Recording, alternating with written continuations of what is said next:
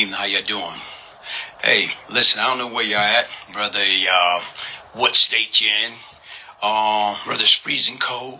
I know right now it's nice and brisk out here, enjoying that fresh air and that cool weather.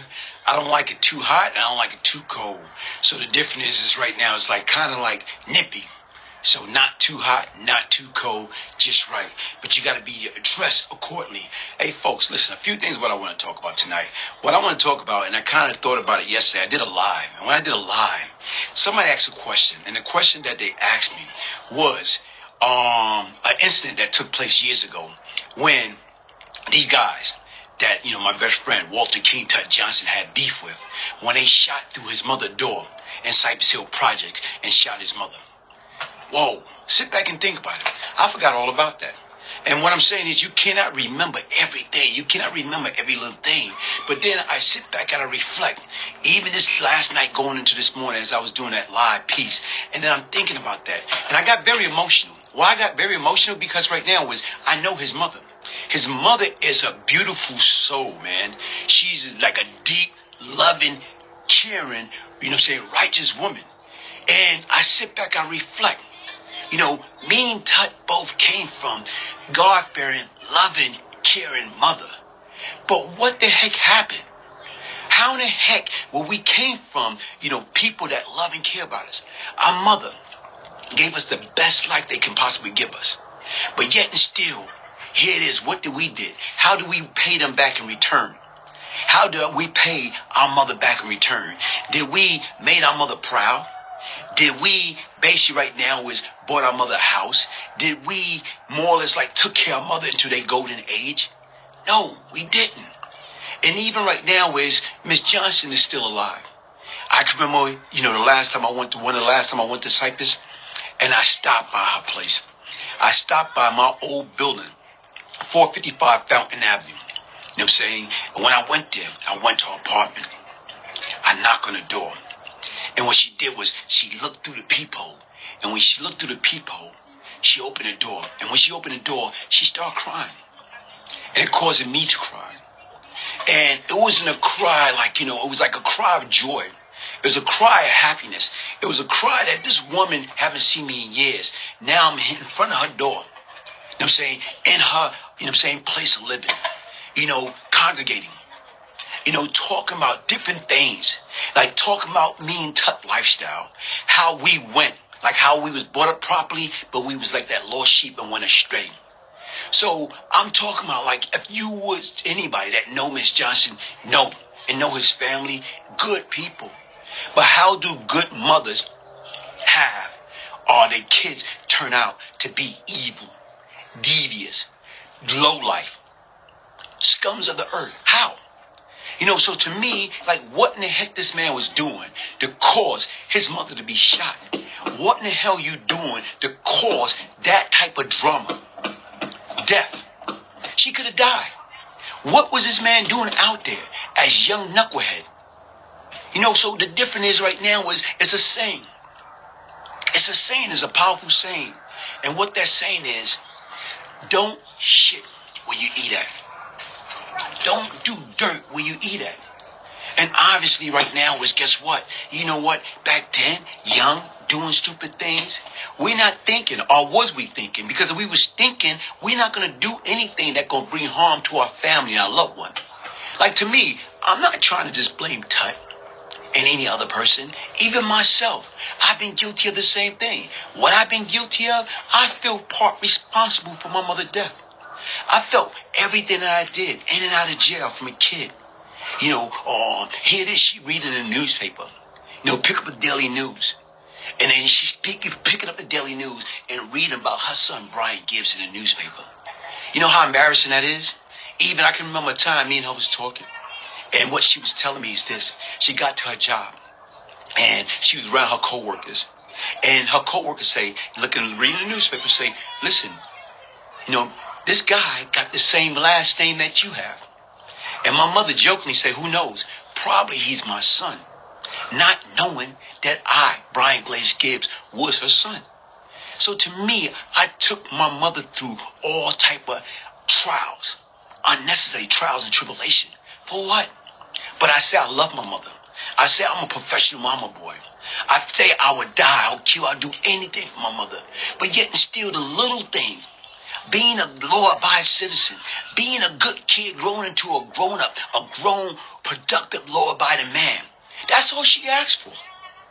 That's all mothers and fathers and parents, they ask for us to grow up and be law-abiding, productive citizens. What's so hard about that? How in the heck, love should be pulling you the right way, but we allow that negative nonsense from the street to pull us the wrong way? How is that justified?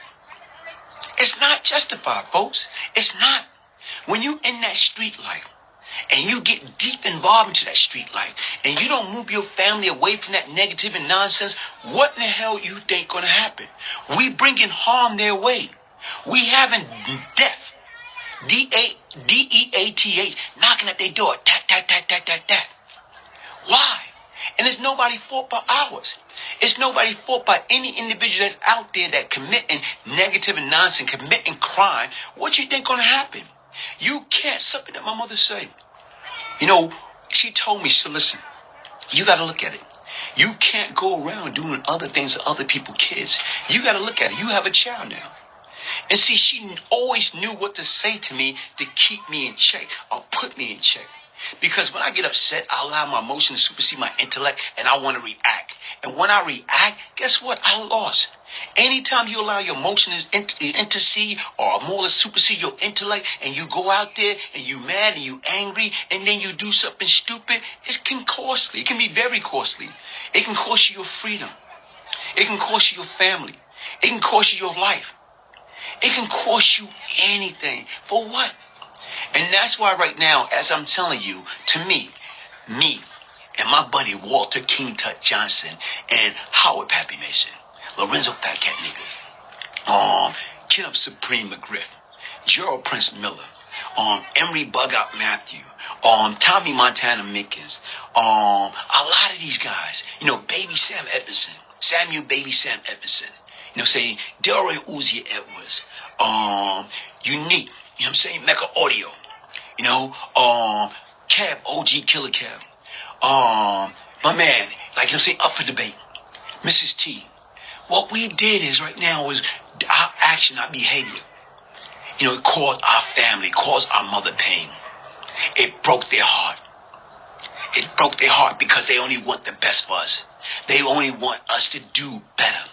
And right now, this is my story. This is my ministry. And my message today, young folks, anybody that's out there listening, man, what you got to do is don't break your mother's heart.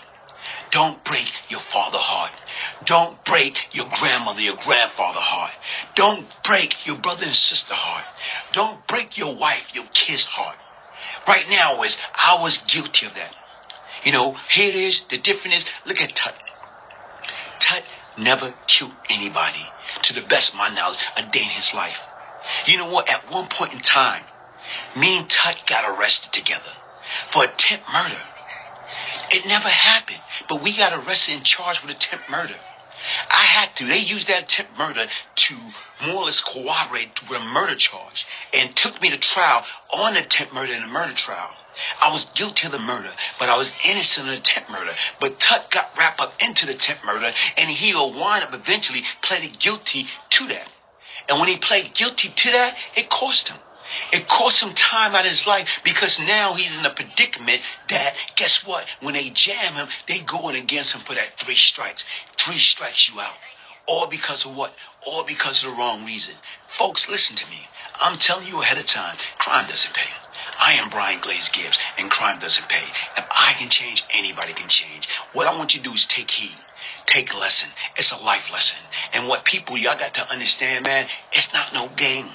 Stop playing with your life. Stop playing Grand Theft Auto with your life. Stop getting caught up into the negative and nonsense. Because if you don't do it, what's going to happen is you go into that bad place. You're going to get caught up in some nonsense that you do not want to get caught up into. And it's not worth it. I'm telling you from somebody that experienced. Don't take me. I'm not boosting. I'm not bragging. I am not proud of the person I once was. I am proud of who I am today. And this is my ministry. Get your signed copy. Get your signed copy of the Brian Glaze Gibbs book. A true story of change and redemption. Look at the poster back there. Email me. Brian, BRIAN, Gibbs, GIBBS 1201 at yahoo.com. Hit that like button. Subscribe to my YouTube channel. Share my story. Share my message. Follow me on Instagram, Brian Glaze Gibbs. Listen, I got a lot of content coming. And what I want you folks to understand exactly what is what. That's what I want you to understand. Exactly what is what. Who's who and what's what and what we seeking to do. And that's what life is all about. Life is all about change. Life is all about, accepting who you are and what you are. Life is all about, if you need help, raise your hand. It's nothing wrong. It's nothing embarrassed that if you need help, that you raise your hand. Raise your hand, because if you need it, guess what? Seeking you should find, asking you should know. If you don't seek, you're not going to find. If you don't ask, you're not going to know. So those are things that you have to do. That's what you have to do at all times. That's what you have to do. Seeking you should find, asking you should know. And if you don't do that, what's going to happen? You know what? You're going to end up dying of an early death. You're going to end up in the penitentiary, dying in a cold, lonely cell. You know what? By your jail cell, on medication, going blah, blah, blah, out of your mind. All for what? All for the wrong reason. Folks, this is not no game, man. Don't break your mother heart. Don't be like me and no other guys and Walter Johnson bringing death to your door. It's no different than right now. Look what happened with Lorenzo Fat Cat Nichols when they threw the firebomb through his mother's house. How in the heck that's justified? It wasn't justified. It's no different than Kevin Shaw. He was in the game. His mother wasn't in the game. She died. For what? It's not just them. May her soul rest in peace. May these folks' souls rest in peace. You know why? Because once again, here it is. These are our mother. These can be your mother. It's anybody's mother, grandmother. Guess what, folks? We got to stop it. Thank you very much.